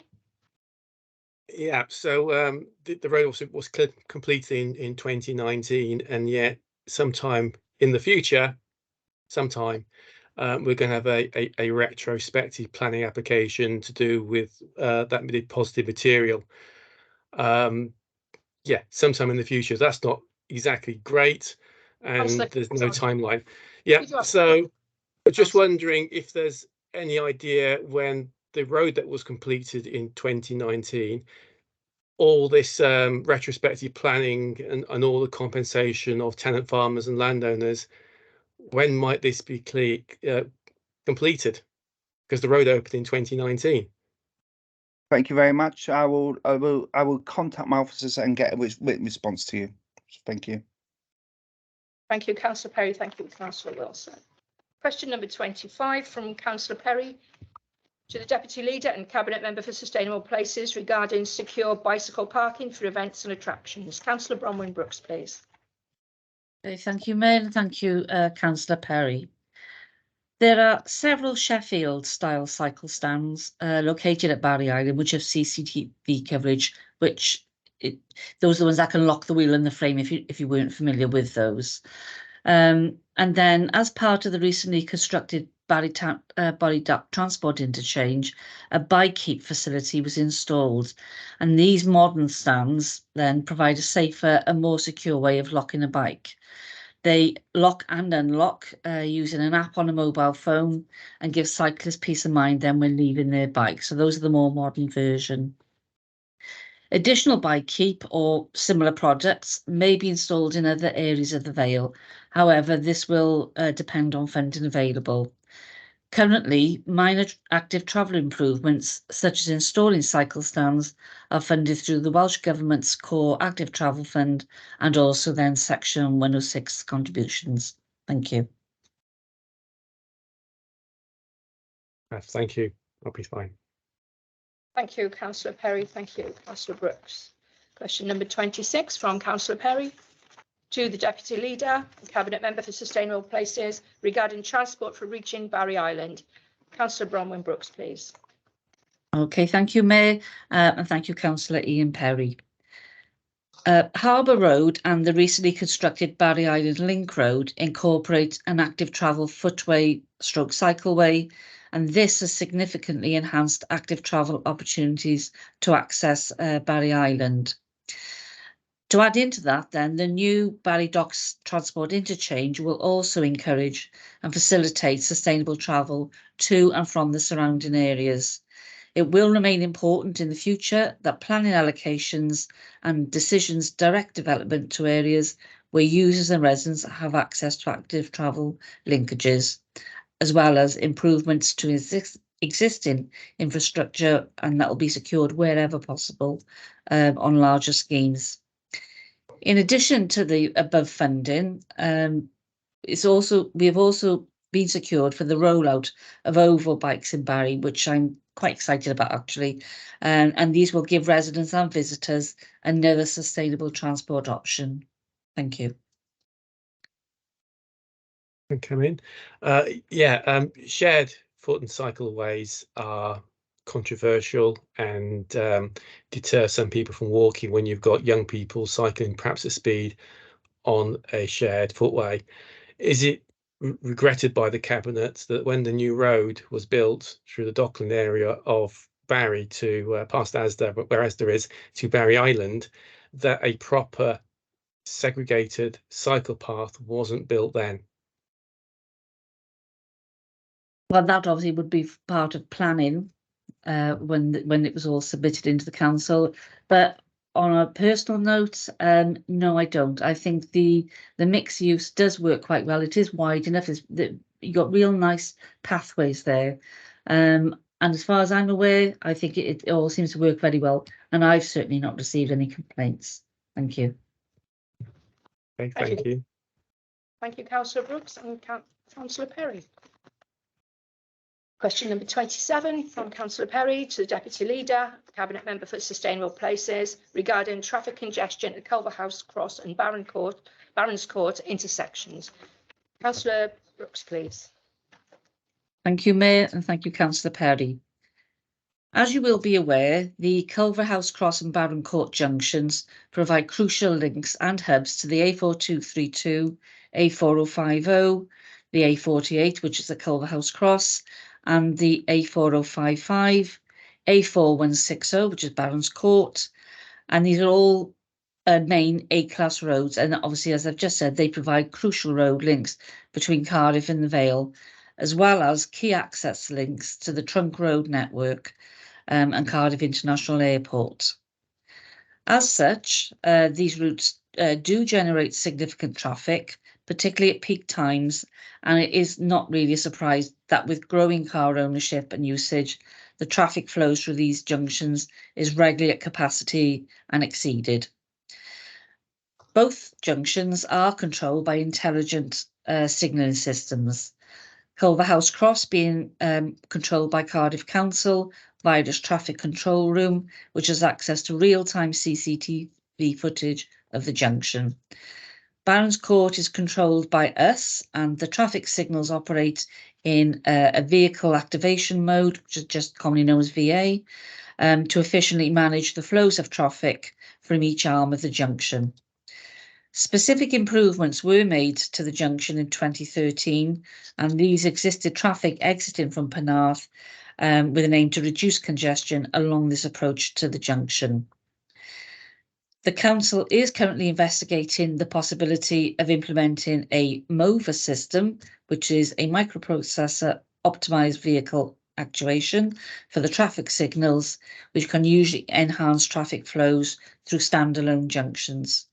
This would assist with any existing capacity issues, as MOVA can cater for the full range of traffic conditions from very low flows right through then to a junction that is overloaded. So it can actually vary depending on times and situations. To deal with capacity issues throughout the council's local highway network, we promote sustainable transport policies to encourage the use of alternative forms of transport, including active travel and public transport. To assist with this, the council has introduced both an active travel route as well as bus lanes along the A4050 corridor to promote modal shift and encourage a change in mindset away from the use of the private motor vehicle, and that's in accordance with our own and also Welsh Government policy. A bus lane has also been provided along the A4050 corridor, and the council has an ambitious network of active travel routes, which is consulted on and agreed with Welsh Government, which is then published on its active travel network maps website. The council has also then been awarded grant funding from Welsh Government to undertake a number of active travel improvements, including feasibility, design and small construction projects throughout the Vale of Glamorgan. And details of currently funded schemes can be found on the council's website pages if you want to have a look at those. Thank you. Thank you. Yeah, one slight question to go with the answer. You mentioned growing car ownership in this part of the world. Isn't it a responsibility of the Vale Glamorgan Council to discourage car ownership and actually reduce car ownership in terms of the environment and future generations? I think we do try our best to encourage people with active travel routes and also sustainable forms of transport. So I do believe, and it is something I'm committed to, and yes, I'm very well aware of those issues. But I think that encouragement about providing those proper facilities is what will help that shift. And I think, for instance, on the A4050, which is obviously the commonly known as obviously the 5 mile lane, there is I use it on a regular basis. There's a definite increase in the numbers of people actually using the active travel route there, as more and more people are getting aware of that. So I do believe with that encouragement, there is a small shift, but obviously that needs to keep moving, and I would encourage people to use those active travel routes. Thank you. Thank you, Councillor Brooks. Thank you, Councillor Perry. Question number 28 from Councillor Perry to the leader regarding non-determination of retrospective planning applications. Thank you. Can I have Councillor, the Yeah. leader, Councillor Lisbonette, please? Thank you, Mayor, and thank you, Councillor Perry. The Town and Country Planning Act 1990 and subsequent legislation has no provision to allow council to submit appeals to the Planning Inspectorate in respect of their own planning application, which would be Regulation 3 applications. Thank you. It does seem to be a remarkable time delay from the work to everything else going on. Harry, can you just wait until I ask if you got supplementary, please? Oh yeah, of course I can. Can now, thank you. Yes, you can. Yep, you can. Oh, but yeah, just I can do it now. question. Oh, great, thank you. Didn't quite hear you then. Yeah, so obviously it's a long time delay there. Other retrospective planning applications by the Vale Glamorgan Council have come forward, and one went to the planning committee meeting last July. Would you regret that a photograph that was submitted by the community council of the roof in question wasn't shown to the planning committee in either the documents that were circulated ahead of the meeting or at the meeting, apparently due to an officer experiencing a power cut or losing power on their laptop at home? And although we could see things on the internet, for example, Street View, we weren't allowed to see the actual photograph that was online as well on the planning register. Short questions, please. Just a short question, supplementaries. So what was your question again? Can you repeat it, please? Well, would you regret that the photograph that had been submitted in response to the consultation or any photograph taken in a relatively recent time wasn't shown to the planning committee in either the documentation that was circulated or at the actual meeting itself, despite requests? I'm not sure if Councillor Perry is suggesting that there was any error in a planning application, in which case I would suggest that you bring that up with the relevant department. All I know is that housing and planning officers are continuing discussions currently. Thank you. Thank you. Councillor Perry, thank you, Councillor Burnett. Question number 29 from Councillor Perry to the Cabinet Member for Community Engagement, Equalities and Regulatory Services. I believe Councillor Lisbonette, the leader, will be taking this one. Thank you, Mayor. Yes, I will in Councillor Sivanyanam's absence.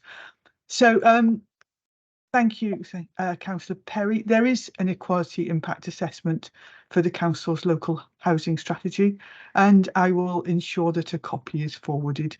The Council's duties under the Equality Act 2010, which is EQA 2010, specifically Section 1491, requires the Council as a public body to have due regard to the need to eliminate discrimination, harassment, victimisation and any other conduct that is prohibited by or under the EQA 2010.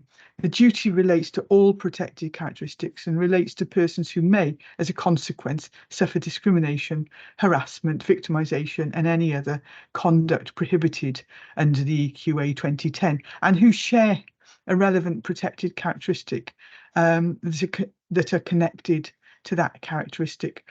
A formal equality impact assessment in EIA is not a necessary requirement of the obligation to have due regard. The duty is personal to the decision maker and requires a proper and conscientious focus on the statutory criteria. The decision cannot be inferred with simply because it would have given greater weight to the equality implications of the decision than did the decision maker.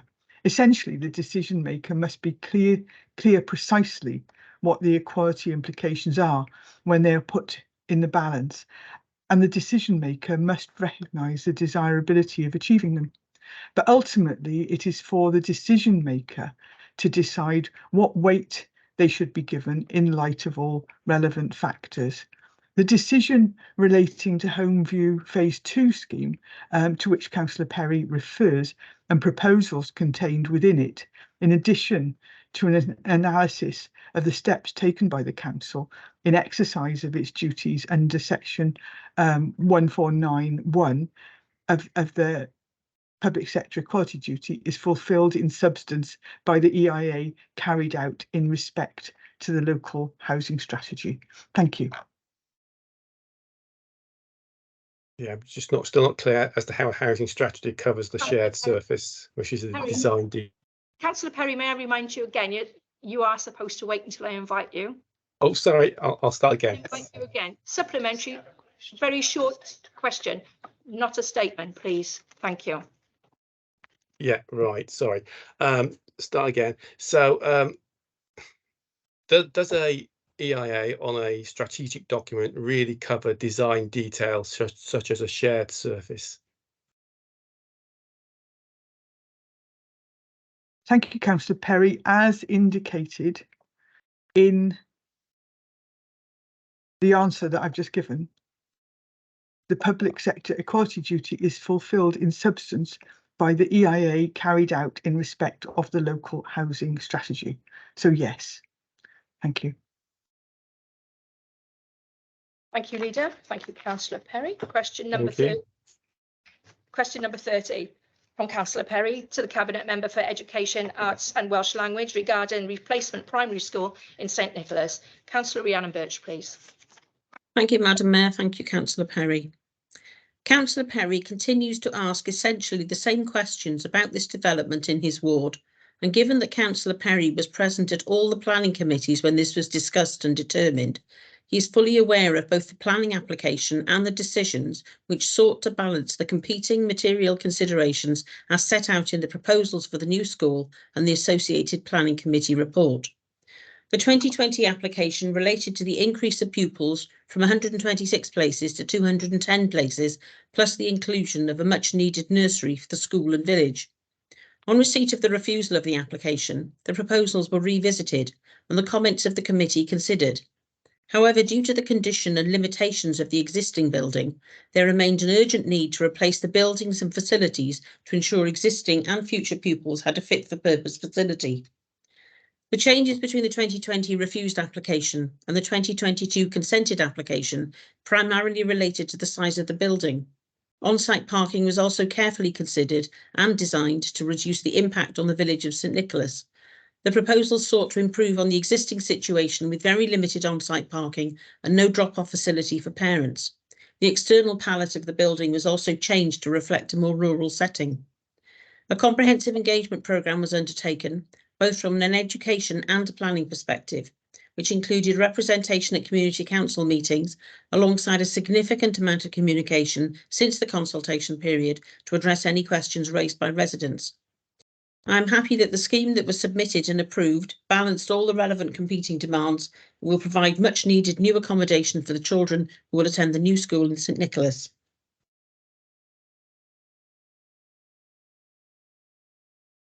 Okay, that's it. Supplementary, Councillor Perry? It's a disappointing answer and regurgitating answers that have got holes in them, unfortunately. So I will go away and I will think of a supplementary question, of which there'll be many. Thank you, Councillor. Thank you, Councillor Birch. Thank you, Councillor Perry. Question number 31 from Councillor Perry to the Cabinet Member for Neighbourhood and Building Services regarding maintenance of highway gullies. Can I have Councillor Mark Wilson, please? Thank you very much, Mayor, and thank you very much, Councillor Perry, for your question, and this is my response. It is recognised that gully cleaning can be challenging, and the effectiveness of the service can be weather dependent, and adverse and seasonal changes can have an impact on the efficiency of the service. There are two highway gully tankers dedicated to the maintenance work, and they undertake cleaning of these gullies on a set schedule. The highway maintenance team monitor work progress, and if the schedule falls behind, there's an option to bring a third resource to ensure that the service continuity is maintained, and that is my answer. Okay. Councillor Perry, supplementary? Yeah, I'm getting quite a few complaints regarding gullies, and I think the old post, the reason that eventually closed was due to flooding caused by a gully. Can my residents be assured that highway maintenance in terms of gully clearance will increase in the coming months, particularly with more severe weather coming? Thank you very much, Councillor Perry, for your question. Obviously, as with any issues in the council, it's very much resource dependent, and that's my answer. Okay, thanks, no money. Thank you, Councillor Wilson and Councillor Perry.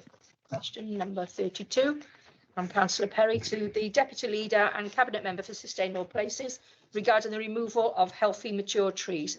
Councillor Bromwell-Brooks, please. Thank you, Mayor. Thank you, Councillor Perry. Consent is not required for the removal of trees where they're not in a conservation area and not protected by a tree preservation order. However, a tree felling licence is required from NRW when certain criteria are met, which is greater than 5 cubic metres of wood. However, again, there are exemptions which includes if the tree is dangerous or for statutory undertakers. The loss of unprotected trees will always be assessed as part of any planning application for development which involve felling, and if deemed necessary and acceptable, suitable like-for-like replacement planting on a 2-for-1 basis will be required. This would include single trees, woodlands or hedgerows. In respect of council projects, the council aims to ensure that mature trees are not removed unless there is an overriding justification relating to the delivery of a service where then the removal of the tree is unavoidable. Thank you. That's supplementary. If it is shown that it is avoidable to remove mature trees, would you support ward members in changing decisions made to remove trees that don't necessarily need removing? I can't comment on that because I'm not sure what trees you're actually talking about. And as I did that, so I can't answer that, I'm afraid. Okay, no worries. I'll drop you an email if you could reply. That'd be great. Thank you, Councillor Brooks. Thank you, Councillor Perry.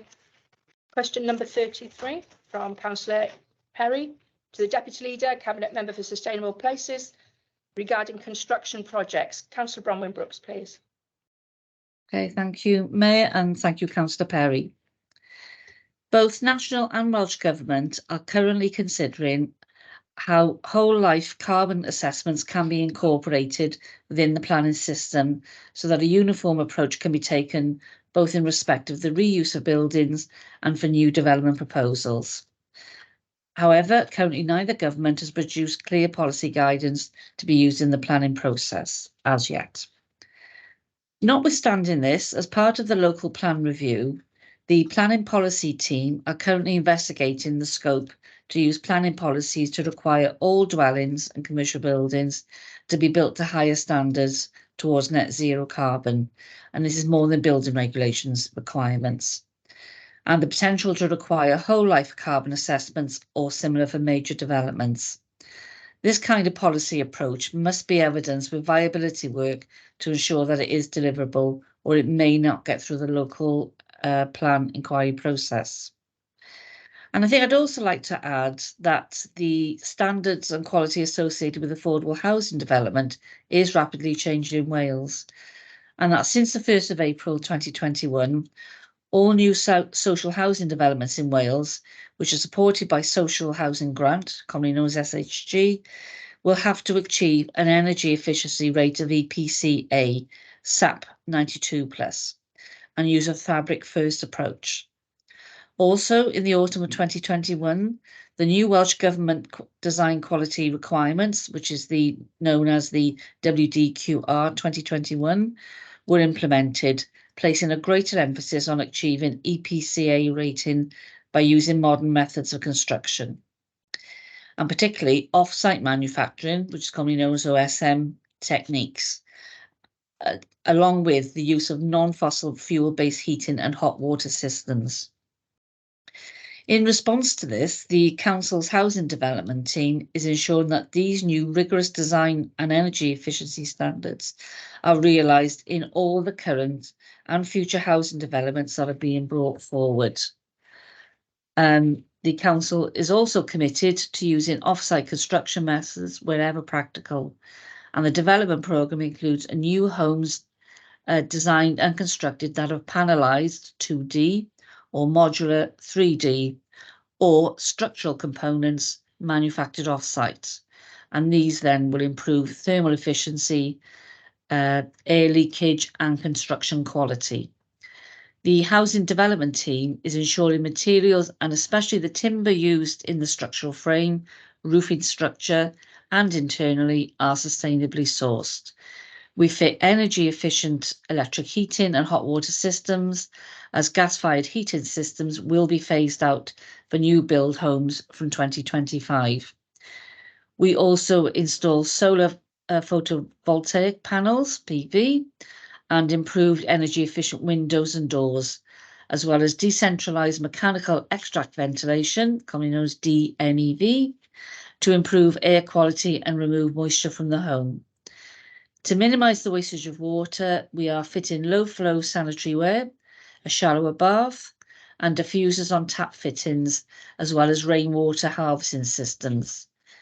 We ensure that there is low air leakage from the fabric of the building by doing that. So many of these technologies have been designed into new schemes being constructed, which include the former Colcott Health Clinic in Barry, the Hayswood Road in Barry, Closs Home View Phase 2, also in Barry, Colebrook Road East Barry, and at St Sire's Road, Penarth. And then to summarise that up then, with a fabric first approach, an appropriate non-fossil fuel-based heating and hot water strategy, ventilation, and the inclusion of on-site energy generation, our objective is to achieve a minimum 31% reduction in the CO2 emission rates, as required by the updated Part L building regulations, which controls carbon emissions and the conservation of fuel and power. Thank you. Thank you, Councillor Brooks. Moving on to question. Oh, can I? Question? Councillor Perry, if you don't use the hand function on your laptop, I'll accept if you just put your hand up, and then I'll know. Okay. Yep. Thank you. Supplementary from Perry. Yeah, obviously there are horrific scenes from around Europe at the moment and China and other parts of Asia. Climate change is here, it's now. There's no long term, it's today. Future generations requires us to show leadership, and that means doing things that perhaps are not so significant locally, but on a global scale. Do you have a question, Councillor Perry? Yeah, so there's the urban heat island. Should we be minimising the amount of hard landscaping that we lay down? So I'm talking about parking and large areas of hard surfacing. Well, these are all planning issues, which planning is not in my portfolio. I think we are doing our best and to how we can actually change the system, but obviously those come into planning considerations. Thank you. Okay. Thank you, Councillor Brooks. Councillor Perry. Question number 34 from Councillor Perry to Deputy Leader and Cabinet Member for Sustainable Places regarding opposing environmentally harmful projects of neighbouring authorities. Councillor Bronwyn Brooks, please. Okay, thank you, Mayor, and thank you, Councillor Perry. The climate emergency is appreciated, and it is important for all councils to make responsible and sustainable decisions regarding use of resources. However, it's not possible to comment in detail upon a proposed development until the detail of it is actually known, including the rationale and case for a development, along with a level of information which would allow its environmental impacts to be considered. Furthermore, it is not this council's role or function to comment on any scheme which is of less than regional importance. However, if the council is consulted on schemes which are regionally important, then it would be a matter of course, provide comments regarding the impact, if any, on the residents and communities in the Vale of Glamorgan. Thank you. Thank you.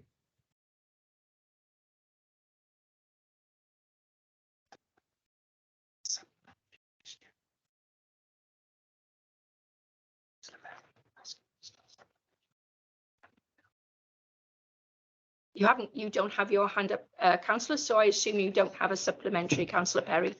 Is that right? No, I said thank you at the end. Yeah. Thank you.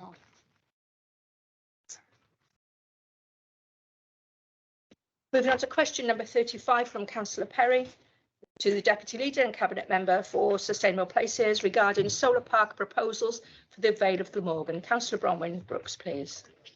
Okay, thank you, Mayor, and thank you, councillor Perry. Impact on agricultural land quality is a key consideration for solar park developments. National planning policy and the council's local development plan seek to protect the best and most versatile BMV agricultural land. Considerable weight should be given to protecting such land from development because of its special importance, and land in grades 1, 2 and 3A should only be developed if there's an overriding need for the development. Where solar panels are proposed on BMV land, the impact on food production would need to be weighed by the decision maker against the contribution of the development towards sustainable energy production. Thank you. Okay, thank you very much. Thank you, councillor Brooks. Thank you, councillor Perry. Question number 36 from councillor Haynes to the Cabinet Member for Community Engagement, Equalities and Regulatory Services regarding the collection of green waste for disabled people. I believe councillor, the leader, councillor Liz Burnett, will take this. Thank you, Mayor. Yes, I will. And thank you, councillor Haynes. It should be noted that green waste collections at the curbside are actually a non-statutory service. And in the hugely difficult times that we face, the decision that we took last year was to not cancel this service, as it's a valuable service to residents, but to continue it, albeit with a charge. While there is no concession available for the new green waste subscription service, the annual charge that's been introduced is below the Welsh average for comparable services. Additionally, the capacity the new service offers is higher than any other subscription service across Wales. So that's £20 per year for up to 8 bags a collection, and £30 per annum for more than 8 bags per collection. Like other waste and recycling services, the subscription service operates an assisted collection for this service should residents be unable to place their bags on the curbside. So there is support available for that. Residents should contact the council via the usual methods should they wish to be considered for an assisted collection. Residents obviously are also able to use other means to deal with their green waste, and that would include such avenues as home composting. Thank you.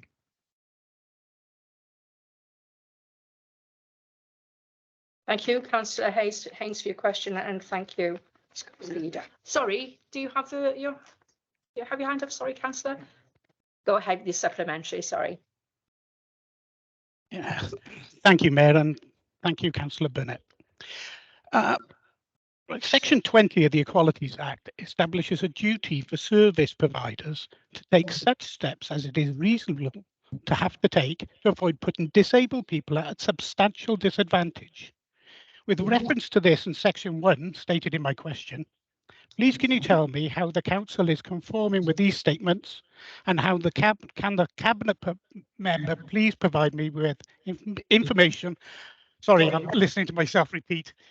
And provide me with information of how the due regard mentioned in section 1 was taken. I'm able to provide you with that in writing, but what I would say is an easy option, councillor Haynes, would have been just to cancel the service. But officers worked long and hard to find a suitable solution. And what I would say is that we do provide a service, as I've just outlined, for assisted collections, so that those who want to avail themselves of the service would therefore be able to have people collecting it from their house and taking it out to the curbside for them. But if you want full details of the Equality Act 2010 and how it applies in this situation, I will ask officers to provide that for you. Thank you. Thank you, Leader. Thank you, Councillor Haynes. Question number 37 from Councillor Collins to the Deputy Leader and Cabinet Member for Sustainable Places regarding the loss of the 88 bus service. Councillor Bronwyn Brooks, please. Thank you, Mayor, and thank you, Councillor Collins, for the question. Regrettably, the loss of the 88 service is an inevitable fallout of the reduction in funding for bus services with the Welsh Government's Bus Emergency Scheme, commonly known as BES. Welsh Government had made funding available to operators since the onset of the COVID-19 pandemic to keep all services running. They were awarded funding on the basis that they'd be no worse or better off than they were pre-COVID. However, reduced passenger numbers and rise in operating costs meant some services would have to be cancelled. Whilst additional funding has been made available as part of Welsh Government's proposed Bus Transformation Fund, the available funding is unfortunately not enough to retain the current bus network. However, officers are in discussions with bus operators about ways in which other services can cater for the areas that lose out completely with the withdrawal of the 88 bus service. Consideration is also being given to changing routes and timetables, but with operators still uncertain on how they will run their services after today, 24th of July, it is difficult at this point in time to say what those options are. However, and I can give yourself and all of Council reassurance that our officers are and will be continuing to investigate all available options in relation to bus services. Thank you. Thank you, Councillor Brooks. Question number 38 from Councillor Johnson to the Cabinet Member for Neighbourhood and Building Services regarding new garden waste collection service. Councillor Mark Wilson, please. Thank you very much, Mayor, and thank you very much, Councillor Johnson, for your question, and this is my response. As of the 17th July 2023, there have been 8,157 subscribers to the new green waste subscription service with an annual income value of £170,580. This represents 13.1% of all Vale Glamorgan households and 15.5% when excluding flats and apartments. This continues to increase on a daily basis, but we do not expect the subscription to peak until the end of August 2023. Councillor Johnson, supplementary. Go ahead. Thank you, Madam Mayor. Thank you, Councillor Wilson, for the response. I found it very disappointing earlier on today when you drew a comparison between the Vale Glamorgan service and private services, rather than considering how this was an introduction of a charge that previously existed within People's Council tax. The figures that you've just gave us are obviously nowhere near the 60% of service users, which you said we used the service last year when you were talking about this in Cabinet back in January. Can I ask Councillor Wilson what assessment he is making or planning to make on the biodiversity impact of the changes that he's introducing? Thank you very much. First of all, first point is that actually the subscription levels are rapidly increasing, and so much so in the last week we got 1,000 more subscriptions. That obviously will help our biodiversity aspect to this, and it's and after all, the cost of actually converting a green site is much more than £20 or even £30 a year, as you no doubt know, Councillor Johnson, and that's my response. Thank you, Councillor Wilson. Thank you, Councillor Johnson. Question number 39 from Councillor Johnson to the Cabinet Member for Neighbourhood and Building Services regarding fly tipping incidents in the Vale of Glamorgan. Councillor Wilson, please. Thank you very much, Mayor, and thank you very much, Councillor Johnson, for your question. This is my response.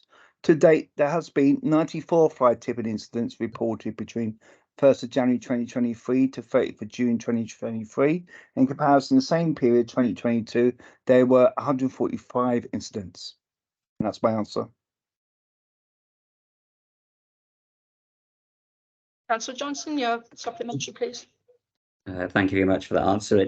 I think we'd be interested to see what exactly is recorded as fly tipping. Can I ask Councillor Wilson how he plans to assess any changes in the numbers of fly tipping that occur as a result of waste changes currently being implemented? As I said in the previous answer, Councillor Johnson, there will be a 3-month review on this, and it will be part of this. So thank you. That's my answer to your supplementary. Thank you, Councillor Wilson. Thank you, Councillor Johnson. Question number 40 from Councillor Johnson to the Cabinet Member for Education, Arts and the Welsh Language regarding deficit budgets for Vale schools. Councillor Rhiannon Birch, please. Thank you, Madam Mayor, and thank you, Councillor Johnson. 22 schools have submitted deficit budgets to the local authority to consider, representing 41% of our schools. Work is ongoing with schools to balance these where possible, and in developing local recovery plans to support a positive balance over a 3 to 5 year period. Welsh Government has recently published their statistics bulletin for 23-24, which shows that the Vale's education budget has seen the largest increase in spend per pupil over previous years at 15.1%. Councillor Johnson, supplementary.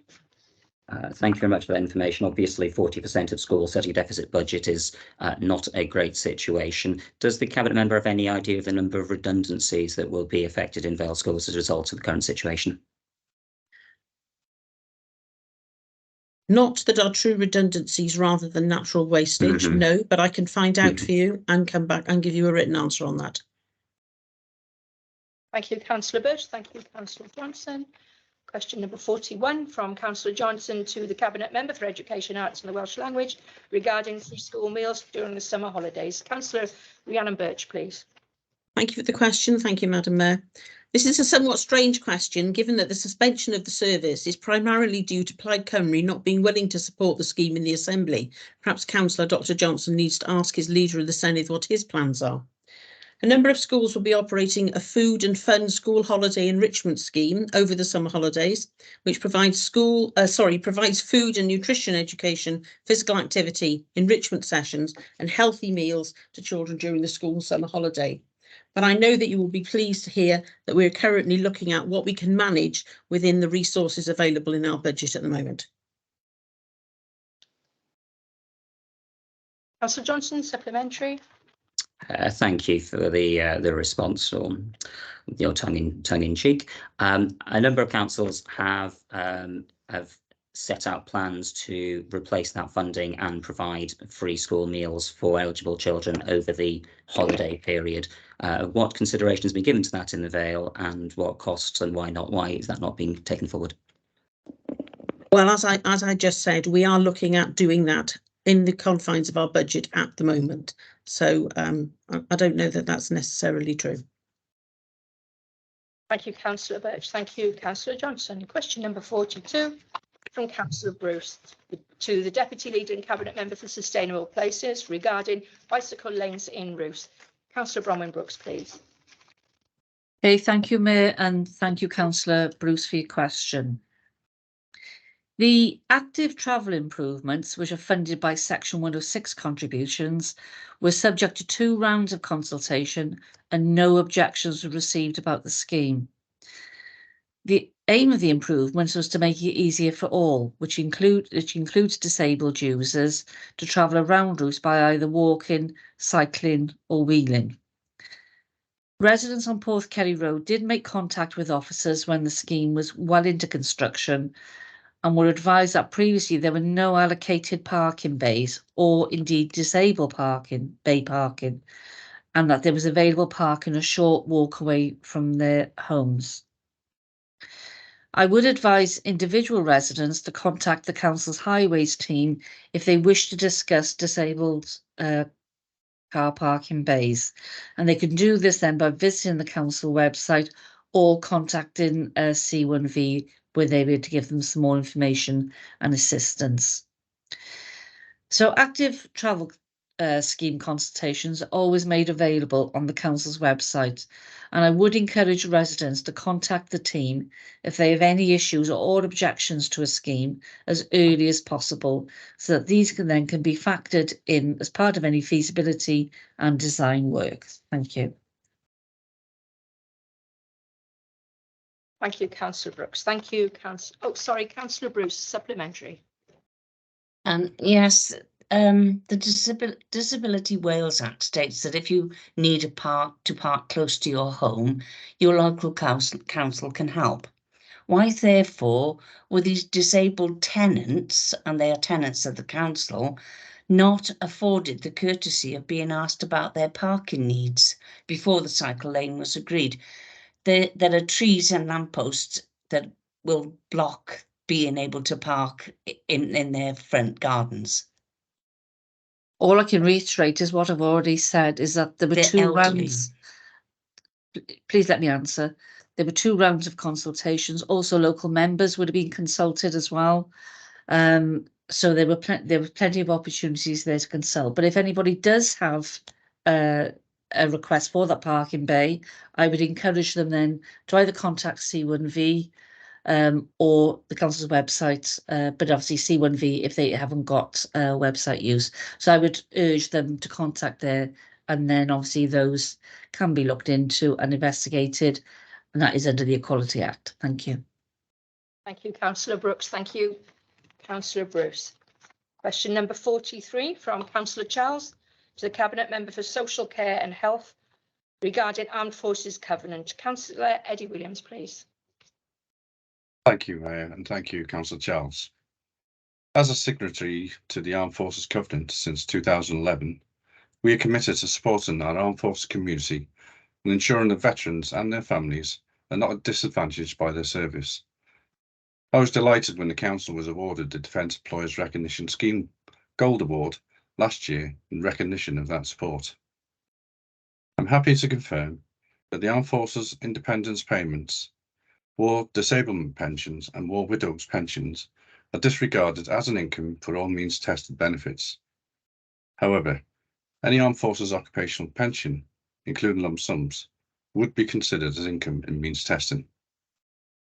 In addition to this, in relation to means testing for disabled facility grants, income from Armed Forces Compensation Scheme, guaranteed income payments, pension, constant attendance allowance, comfort allowance and war pensions mobility supplement are disregarded. Thank you, Mayor. Thank you, Councillor Williams. Councillor Charles, supplementary? Yes, please. Go ahead. Yeah.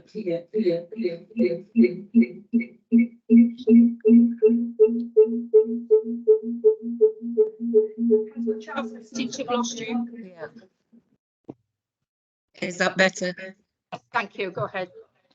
Yeah, in that case, Councillor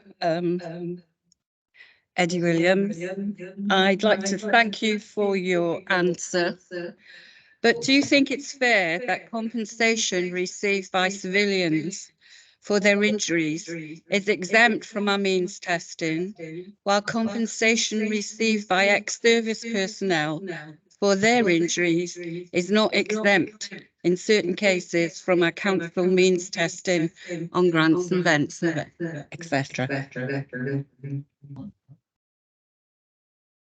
Thank you, Councillor Charles. If you provide me with the details, then I can look into those. I certainly wouldn't think there should be any disadvantage between serving or veterans. So that's something we can look into as part of the covenant. Thank you. Thank you, Councillor Williams. Thank you, Councillor Charles. Question number 44 from Councillor Charles to the leader, Councillor Liz Burnett, regarding agency staff. Councillor Burnett, please. Thank you, Mayor, and thank you, Councillor Charles. I think broadly speaking, the majority of our agency staff are employed in the Directorate of Housing and Environment.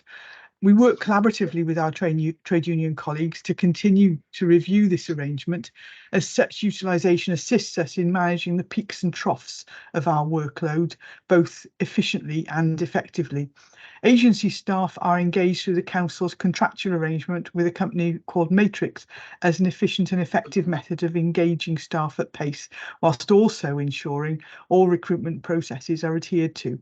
This arrangement has been in place for 4 years.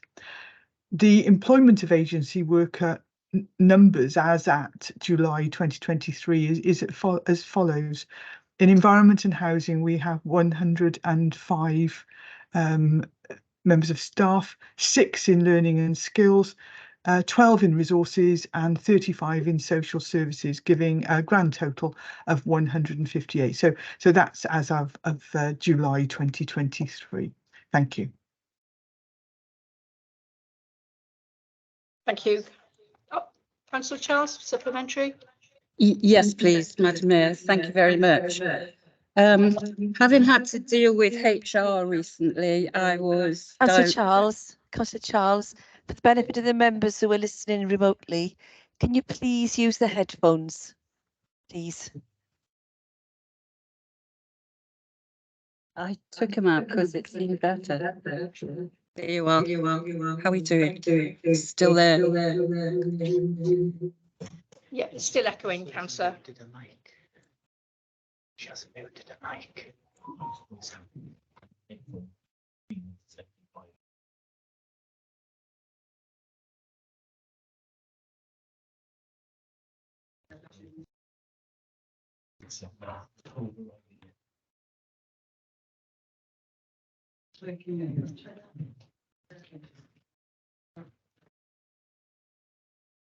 Testing. 1, 2, 3. Yeah, beautiful. Thank you. Thank you, Councillor Burnett, for your answer and your statistics. But you didn't mention HR, and having had to deal with a problem that HR had caused recently, I had to deal with a contract staff living in London. Considering that here in Wales, we have the worst employment figures in Great Britain, would it not be better to try and make sure that we can employ locally, or at least in Wales? I think I caught that. I think there was still quite a lot of reverberation from your laptop, Councillor Charles. I think one of the interesting facts of employment these days is that when you're looking for skilled staff, you can access them from various places. I don't know the case in question, and I think that if there was a difficulty with HR, it probably would have been an idea to raise that through HR and even contact me as well. I can't really comment on topics that you raised because I don't know the reality of the situation. So if you'd like to put that in writing to me, then we can look into it. Thank you. I will. Thank you.